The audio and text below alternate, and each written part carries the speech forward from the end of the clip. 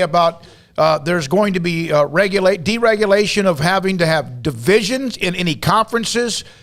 They kind of put this to a vote back in late April, and they will now go, I guess, to the next level of eliminating, if you want to, the options of eliminating divisions, whether you have a 10, 12, 15, 18, 22 team conference to set up any kind of championship games. Remember, when the Big 12 went to 10, they had to get a waiver to be able to have the conference championship game. But everybody that I know, every conference that I know has divisions other than the Big 12. And there may be 3 or 4 others, I could be wrong. But the Pac-12, they have theirs.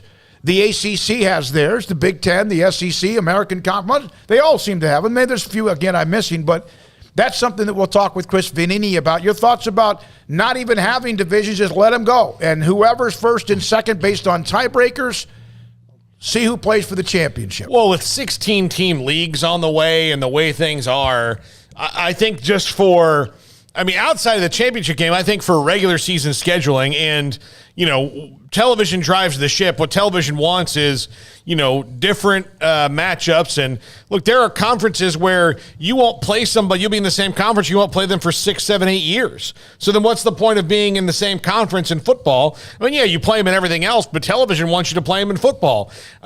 So that'll help more rotation in the schedule and balancing it out. Maybe an NFL style scheduling model, which works out. So that way you don't have to, not see the Packers play the Cowboys for 6 years in the NFL. They play them a lot, but that's probably a bad example. But yeah, I think it'll make it better for in-conference scheduling, and that way there's none of this this division and this division. And of course, the Big 12 was the worst with it when they started their conference. They said, well, we have these 2 divisions, and this is what the schedule's going to be, regardless of what the best matchups are that we could make happen.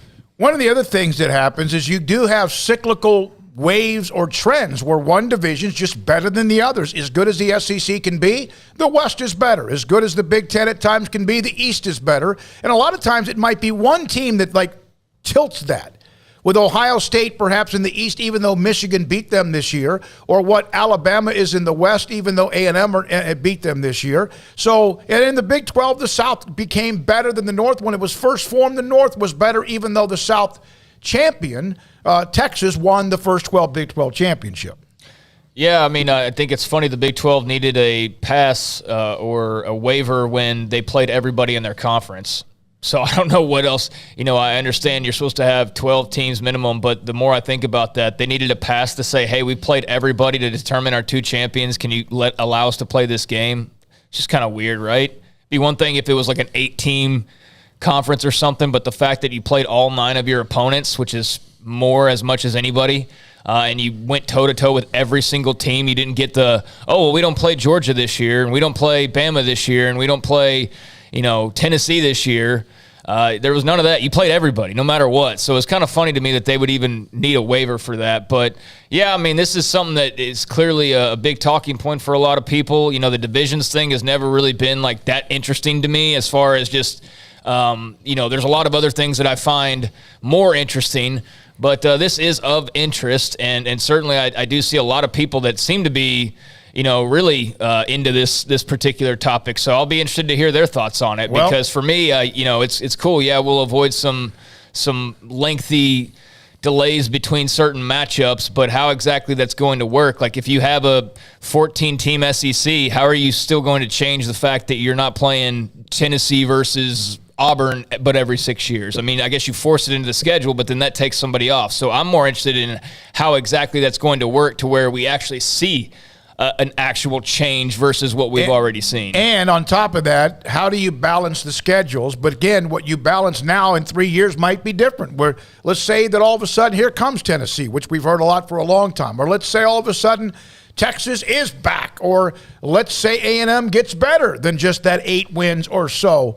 And it can happen. So, because what I'm saying is okay, if you already don't play if you're in the SEC West or whatever, right. So now you're just not going to play an SEC West school every year that you would normally play. But ultimately, there's still the same number of schools that you have to go and play. So I'm just curious of how much this changes, this 6-year gap for A&M Georgia, playing each other versus like, how is that? Do they play each other now every 4 years instead? So it's a little bit quicker? Or I think that would be where the pods model comes in, because you have 4 pods, and then you have 2 years on and 2 years off, that makes side to more side. sense, So then you're kind of going on, and that way it's 4 years. It's But not. pods are still basically mini divisions. That's what I'm aren't they? saying. Yeah, so but- it's like, what's the major? Like, I would need to see a schedule and see like how. Well, Chris, we'll ask Yeah. Chris if he has any examples. There may not be any. It just might be. Well, there might not be. I think the pods model is what's going to work out for everybody first, because then it does give you that. Your fans won't have to wait forever. Well, the NFL schedule comes out this month, and we're starting to see some of the games leaked. Like, for example, the Christmas Day game. I think it's the Rams and Broncos, whatever. But you might have the Cowboys play somebody this year, and they know who they're going to play immediately as soon as the season's over. But there are times they may not play somebody for a long, long time, and then they may play like the Packers every single year. I guess if you do the pods, then you'd have 3 maybe that you maintain, but that's still like just having a smaller division. So you'd have, I guess, your 3 automatics every year, and then that would allow you to get quicker through, I guess, 3 more games and then play some of those teams. But I guess with computers, you'd think it would be a lot easier said than done. If you think about the NFL scheduling, a lot easier done than just kind of what's going to happen. if they do kind of like the NFL does, which I think the NFL has maybe the best scheduling model when it comes to this, because But that's they make for parity. Yeah, and parity's good.